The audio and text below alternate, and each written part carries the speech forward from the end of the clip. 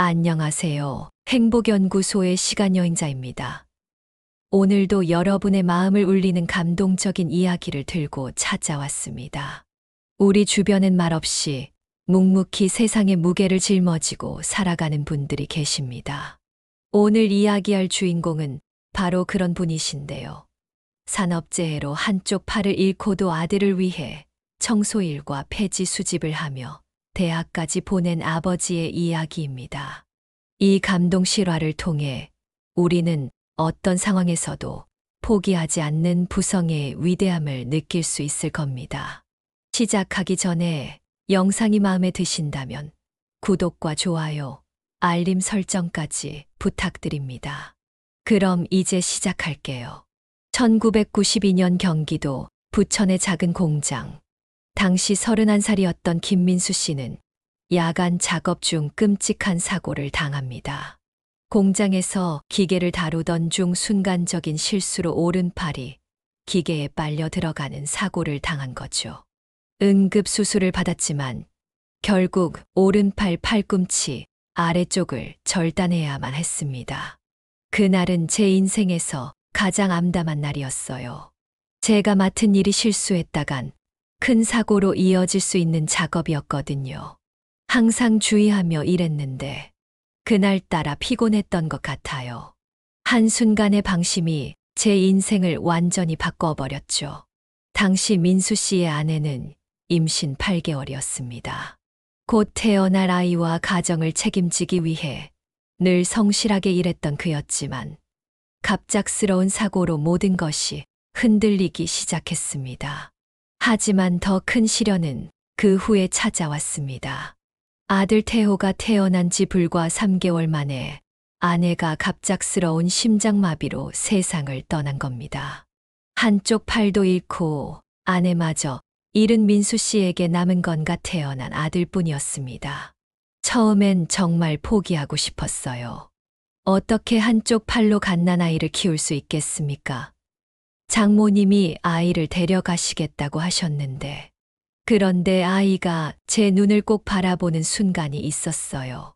그때 마음을 다잡았습니다. 이 아이는 내가 책임져야 한다고요. 민수 씨는 산업재해 보상금으로 얼마간의 치료를 받고 작은 월세방을 구했습니다. 하지만 한쪽 팔만으로 할 수 있는 일은 많지 않았고 보상금은 계속 줄어들었습니다. 결국 그는 아파트 경비원으로 취직했습니다. 낮에는 아이를 어린이집에 맡기고 밤에는 경비실에서 아이와 함께 지내는 생활을 시작했죠. 경비실이 좁았지만 우리 부자에겐 천국이었어요. 겨울엔 따뜻했고 비가 와도 젖지 않았으니까요. 그리고 낮에는 단지 내 청소도 했는데 한쪽 팔로도 할 수 있는 일이라 감사했습니다. 하지만 아들 태호가 초등학교에 들어가면서 더 많은 교육비가 필요해졌고 민수 씨는 경비 일을 마치고 새벽이면 폐지를 주우러 다녔습니다. 한쪽 팔로 폐지를 묶고 끌며 돌아다니는 그의 모습은 동네에서 익숙한 풍경이 되었습니다. 서울에서 폐지를 줍는 게 생각보다 괜찮았어요. 버리는 사람은 많은데 줍는 사람이 적으니까요. 특히 대학가 근처에서는 책이나 노트 같은 좋은 폐지가 많이 나왔습니다. 하루에 몇만 원씩 벌 때도 있었어요. 그 돈으로 태호 학원비를 댔죠. 아들 태호는 초등학교 3학년 때부터 아버지가 폐지를 줍는다는 사실을 알게 되었습니다. 처음엔 친구들에게 놀림을 받기도 했고 아버지를 원망하기도 했습니다. 아들이 한 번은 아빠는 왜 다른 아빠들처럼 멋진 회사에 다니지 않아요? 라고 물었을 때 가슴이 찢어지는 것 같았어요. 하지만 어떻게 해야 할지 알았습니다. 그날 저녁 태호를 데리고 산에 올라갔습니다. 서울 전체가 보이는 곳에서 이렇게 말했죠. 태호야, 저 불빛들 보이니? 저기 어딘가에 내가 살게 될 집이 있을 거야. 아빠는 지금 내가 그곳에 갈 수 있게 도와주는 거란다. 중학생이 된 태호는 점차 아버지의 희생을 이해하기 시작했습니다. 성적도 꾸준히 올랐고 고등학교에 진학해서는 반에서 항상 상위권을 유지했습니다. 태호는 아버지가 손목이 아프다는 걸 알고는 스스로 폐지를 줍는 것을 돕기 시작했습니다. 처음엔 절대 안 된다고 했어요. 내 아들이 폐지를 주어야 한다니. 자존심이 허락하지 않았죠. 하지만 태호가 이런 말을 했어요. 아빠, 나도 우리 가족이에요. 함께 노력해야죠. 그 말에 눈물이 왈칵 쏟아졌어요.